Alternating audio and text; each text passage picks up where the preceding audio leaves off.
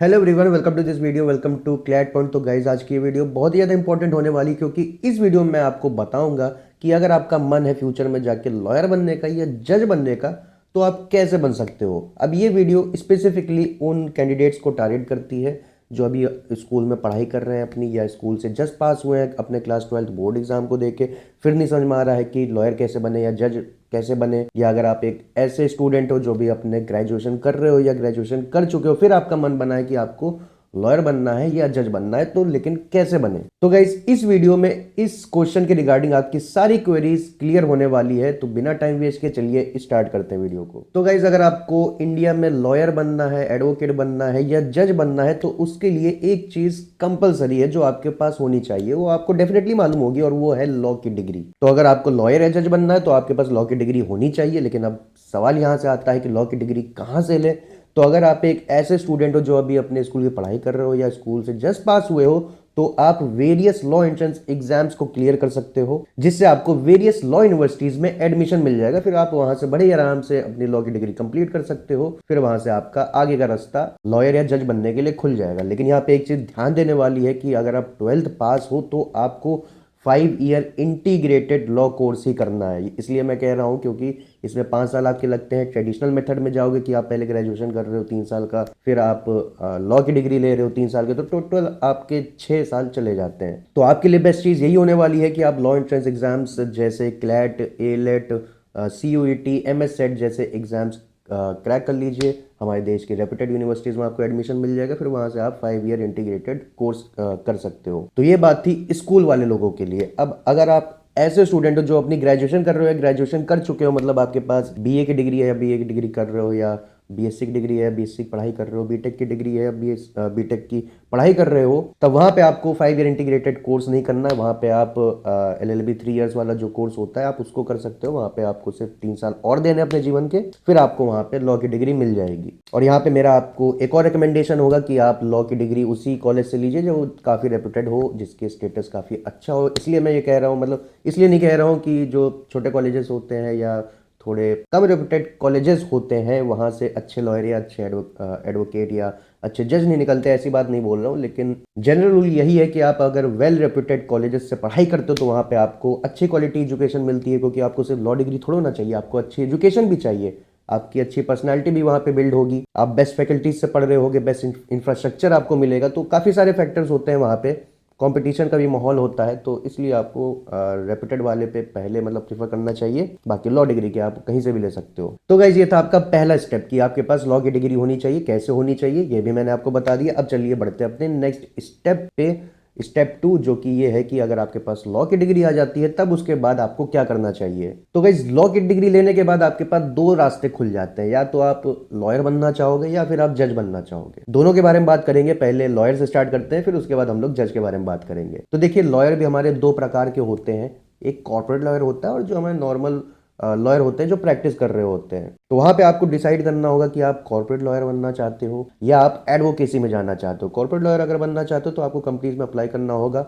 और अगर अच्छी रेप्यूटेड यूनिवर्सिटीज जैसे नेशनल लॉ यूनिवर्सिटी से अगर पढ़ाई की हो या अच्छी प्राइवेट यूनिवर्सिटी से अगर पढ़ाई की हो, तो वहाँ पे कंपनी खुद से आपको रीच करने आती है, आपको प्लेस करके ले जाएंगी। तो ये कॉर्पोरेट लॉयर का सीन है। अगर आपका एडवोकेसी में जाने का मन होता है कि आपको एडवोकेट बनना है, प्रैक्टिस करना है, तो उसके लिए आपको एक ऑल इंडिया बार एग्जाम का आपको पेपर क्रैक करना पड़ेगा। क्योंकि अगर आप लॉ डिग्री अगर सिर्फ लेते हो तो आप किसी को सिर्फ एडवाइस कर सकते हो, आप उसको कोर्ट में रिप्रेजेंट नहीं कर सकते हो जब तक आप इस एग्जाम को क्रैक ना कर लो। तो इस एग्जाम को आप जैसे ही क्रैक करोगे तो आप बन जाओगे एडवोकेट, जिसको हम लोग काफी फेमसली कहते हैं अधिवक्ता। अब एडवोकेट अधिवक्ता बनने के बाद आपके पास ऑप्शन होता है कि आप इंडिपेंडेंट प्रैक्टिस अपनी कर सकते हो, या फिर आपके पास एक और ऑप्शन होता है कि आप APO का एग्जाम देके सरकारी वकील बन सकते हो।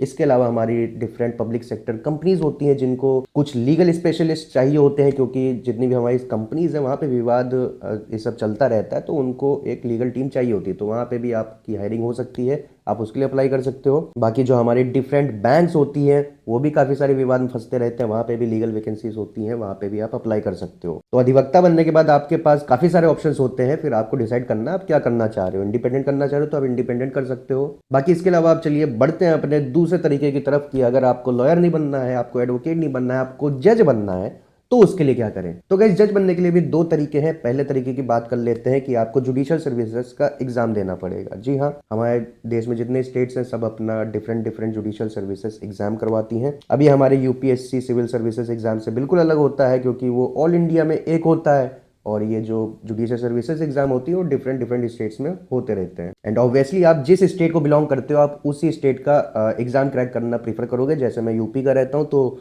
नॉर्थ के स्टेट्स मेरी पहली प्रीफरेंस रहेगी, साउथ के स्टेट्स बाद में होंगे। तो मैं सबसे पहले यूपी का दूंगा, फिर बगल में बिहार आ जाता है, एमपी आ जाता है, राजस्थान आ जाता है, तो उन सब का एग्जाम मैं धीरे धीरे दूंगा। तो ये सारी चीज़ें होती हैं, डिफरेंट स्टेट के डिफरेंट कट ऑफ होते हैं। आप अगर उसको कट ऑफ को क्लियर कर लेते हो तो आपका सिलेक्शन हो जाएगा। अब इस एग्जाम को क्रैक करने के बाद आपको हमारी लोअर जुडिशरी जो होती है वहां पे आपकी पोस्टिंग होगी। पहले तो आप सिविल जज बनोगे, आप नाम पे ना जाइएगा, सिविल में क्रिमिनल जुरिडिक्शन भी इंक्लूडेड रहता है। फिर सिविल जज बनने के बाद आपका धीरे धीरे प्रमोशन होता है। एंड एट मैक्स जो जनरल रूल है वो ये है कि ज़्यादातर लोग डिस्ट्रिक्ट जज डीजे की पोस्ट पे जाके रिटायर हो जाते हैं। तो ये जो पहला तरीका मैंने आपको बताया इसमें यही दिक्कत है कि यहाँ से आपका हाई कोर्ट और सुप्रीम कोर्ट का जज बनना थोड़ा मुश्किल होता है। और अगर आपको अपने चांसेस हाई रखने हैं हाई कोर्ट सुप्रीम कोर्ट का जज बनने तक का, तो आपको ये जो मैंने आपको ये एग्जाम बताया इसको आप जल्द से जल्द क्रैक कर लो। कम से कम एज में आप इसको क्रैक कर लो, उतना ही आपका फायदा होने वाला है। तो ये पहली चीज़ है। अब दूसरे तरीके की तरफ बढ़ते हैं। तो अगर आपका मतलब आपका विजन लॉन्ग टर्म है कि आपको हाई कोर्ट सुप्रीम कोर्ट जज बनना है, तो सेकंड वाला तरीका आपके लिए है। तो इस सेकंड तरीके में क्या है कि हायर जुडिशरी सर्विसेज नाम का एक एग्जाम होता है, एचजीएस उसे बोला जाता है। तो आपको इस एग्जाम को क्रैक करना पड़ेगा, लेकिन इसकी एक कंडीशन होती है, वो ये है कि आपके पास 7 ईयर्स का एक्सपीरियंस होना चाहिए ऑफ एडवोकेसी। मतलब कम से कम 7 साल की आपकी प्रैक्टिस होनी चाहिए, तब आप एलिजिबल होगे इस एग्जाम को लिखने के लिए। क्रैक कर लेते हो बढ़िया बात है। तो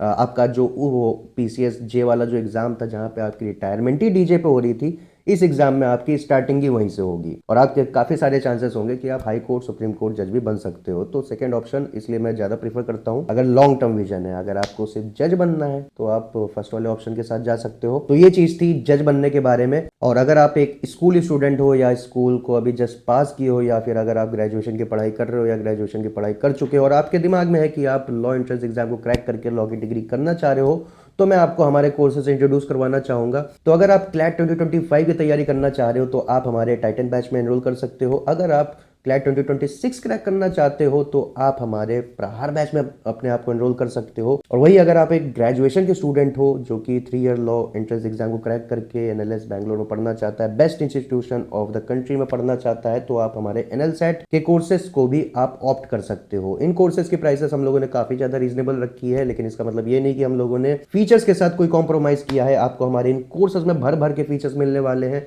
लाइव ऑनलाइन क्लासेस मिलेगी, रिकॉर्डेड क्लासेस मिलेगी जिसको आप कभी भी अपने सुविधा के अनुसार कर सकते हो। इसके अलावा आपको मेंटरशिप मिलेगी जो कि आपकी प्रिपरेशन में बहुत ही क्रूशियल रोल प्ले करता है। सिर्फ इतना ही नहीं, आपको स्टडी मटेरियल भी भर भर के दिया जाएगा जिसकी हार्ड कॉपी तक आपके घर तक पहुंचा दी जाएगी। और जो आपको प्रैक्टिस के लिए मटेरियल चाहिए होते हैं, मॉक टेस्ट हो गया, सेक्शनल टेस्ट हो गया, टॉपिक टेस्ट हो गया, वो सब भी आपको प्रोवाइड किया जाएगा। इसके अलावा भी काफ़ी सारे फीचर्स है जिसको आप चेकआउट कर सकते हो हमारे क्लैट पॉइंट ऐप में जाके, जिसकी लिंक हम लोगों ने नीचे दी है। So you can definitely consider us. And lastly guys, I hope आपकी कंफ्यूजन या क्वेरी क्लियर हो गई होगी कि आपको अगर इंडिया में जज बनना है या लॉयर बनना है तो कैसे बनना है। बाकी I hope you like this video. अगर वीडियो पसंद आई तो वीडियो को लाइक कर दीजिएगा और अगर कोई सुझाव हो तो कमेंट सेक्शन में जरूर बताइएगा। बाकी ऐसी और भी वीडियोस के लिए फॉलो कर लीजिए क्लैट पॉइंट को। Stay safe, take care, thank you.